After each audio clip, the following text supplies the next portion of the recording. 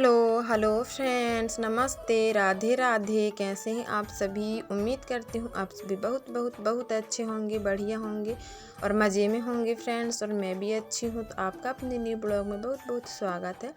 तो फ्रेंड्स, ये वीडियो ना दिन सोमवार की है और हुआ है लगभग फ्रेंड्स 10 से 10:30 बजे का समय हुआ होगा।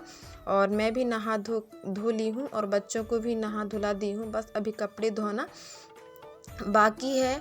तो फ्रेंड्स, आजकल ठंड का मौसम चल रहा है, तो धूप में हाथ पैर सेको, बच्चों को भी धूप में रखो, थोड़ा सा अच्छा लगता है सुबह सुबह के समय।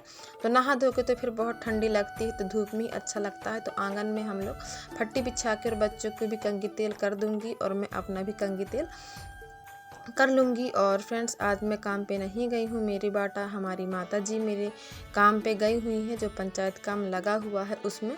तो आप लोग बने रहिए मेरे वीडियो में। और मेरे वीडियो आप लोगों को कैसे लगते हैं प्लीज़ कमेंट्स में बताइएगा। अगर थोड़े से भी अच्छे लगते हों तो वीडियो को लाइक और शेयर कर दें। अगर जो भी भाई बहन मेरे चैनल पर न्यू हों तो मेरे चैनल को बेल आइकन के साथ में सब्सक्राइब करके मुझे सपोर्ट करें। तो फ्रेंड्स, फिर ना मैं क्या की कि कंघी तेल की, और कंघी तेल करने से पहले ही मैं खाना खा ली थी।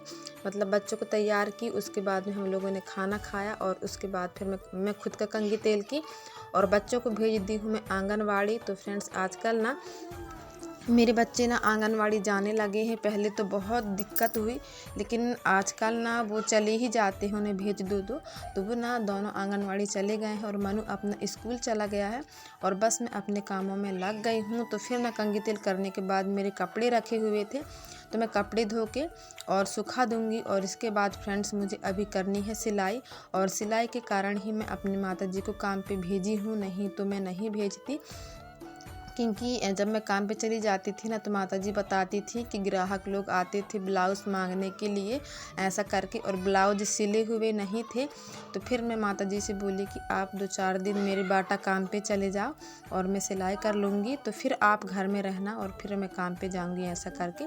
तो फ्रेंड्स, फिर ना मैं सोची कि चलो सिलाई करने से पहले मैं चूल्हा को कर देती हूँ साफ़, क्योंकि चूल्हा साफ़ रहता है ना तो फिर अच्छा लगता है देखने में भी। और ये बहुत दिन हो गए हैं मैं चूल्हा की पुताई भी नहीं की हूँ, क्योंकि खाना माताजी बनाती थी इसीलिए।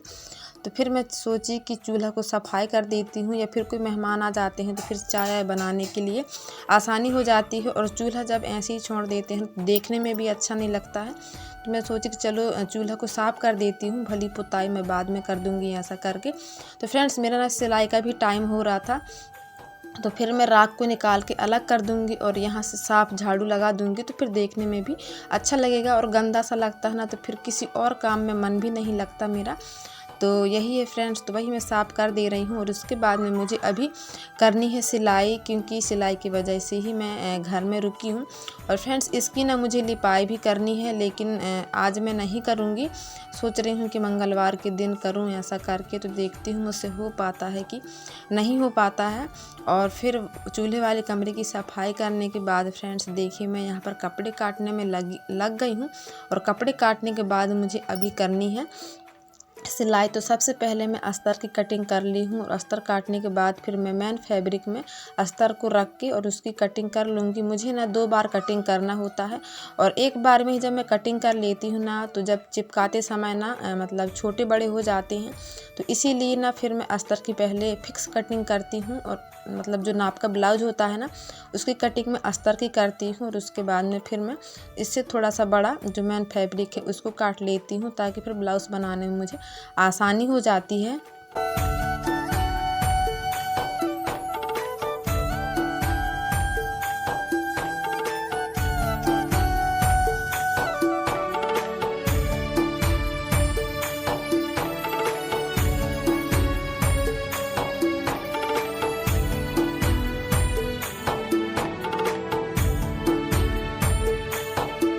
और फ्रेंड्स, कपड़ा कटिंग करने के बाद मैं ना 3 ब्लाउज की सिलाई की तीन नहीं फ्रेंड्स, एक अस्तर वाला और एक सिंपल और एक अस्तर वाला को मैं चिपका ली हूँ।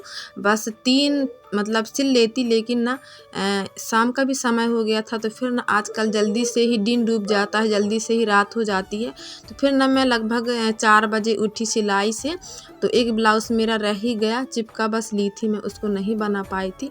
तो मैं सोची कि चलो 4 बजे का समय हो गया है, तो फिर शाम के जो भी काम होते हैं खाना पीना की, उसकी तैयारी भी मुझे करनी होती है। और फ्रेंड्स यहाँ पर मैं बच्चों को कुछ डांट भी रही थी, क्योंकि ना ये ऊधम बहुत ही ज़्यादा करते हैं इसीलिए। और अभी ना फ्रेंड्स मैं ना चूल्हा की ना गोबर से लिपाई करूँगी, क्योंकि जो काला काला है ना वो चूल्ही से ना छूटता ही नहीं है। तो मैं सोच रही हूँ इसको ना गोबर से मुझे लिपाई करनी पड़ेगी ऐसा करके। और यहाँ पर ना मैं किसी को डांट रही थी, पता नहीं, मुझे याद नहीं है फ्रेंड्स, शायद हस्बैंड जी थे, उनसे कुछ मेरी बातें हो रही थी यहाँ पर। और आप सभी भाई बहनों को तहे दिल से मेरी ओर से बहुत बहुत बहुत सारा धन्यवाद कि फ्रेंड्स आप मेरे वीडियोस को इतना प्यार और सपोर्ट देते हैं और मेरे वीडियोस को इतना पसंद करते हैं, इतने प्यारे प्यारे कमेंट्स करते हैं। तो सभी भाई बहनों को तहे दिल से बहुत बहुत बहुत सारा धन्यवाद। और फ्रेंड्स आप अपना प्यार और स्नेह ऐसे ही बनाए रखें, और मेरी पूरी पूरी कोशिश रहेगी कि आप लोगों के लिए मैं अच्छे से अच्छे वीडियोस लेकर आऊँ ऐसा करके। तो चूल्हा मैं पोत दी हूँ फ्रेंड्स। और उसके बाद में ना हस्बैंड जी लाए थे भाजी, तो वो बोल रहे थे कि भाजी बना दो ऐसा करके। तो फिर मैं भाजी की अंधन रख दी हूँ, चूल्हा पोत के आग जला कर भाजी की अंधन रख दी हूँ। और यहाँ पर बर्तन मांजने में लग गई हूँ, ताकि साथ साथ भाजी भी चुड़ेगा ऐसा करके।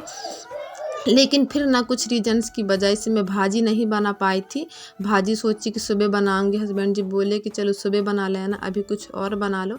तो मैं ना फिर दाल उड़ दी थी, और हस्बैंड जी का मम्मी के घर में न्योता हो गया था, तो वो वहाँ चले गए थे खाना खाने के लिए। और फिर हम लोग ना दाल और चावल ही बना लिए थे, और फिर भाजी मैं सुबह बनाऊंगी ऐसा कर, क्योंकि हस्बैंड जी भाजी लेके आए थे, तो उन्हीं के लिए भाजी मुझे बनाना था। लेकिन उनका न्योता हो गया, तो फिर वो चले गए खाना खाने के लिए, और भाजी हो गया था फिर कैंसिल फ्रेंड्स।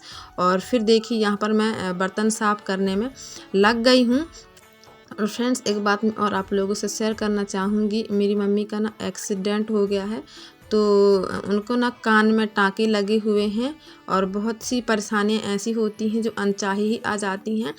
तो मतलब कुछ ना अनचाही ही प्रॉब्लम्स आ जाती हैं, जिसके चलते ना हमारे बहुत से काम रुक जाते हैं। तो मम्मी का नाम ना पंचायत काम पे आया था, तो उनका एक्सीडेंट हो गया, तो फिर वो पंचायत काम पे नहीं जा पा रही हैं।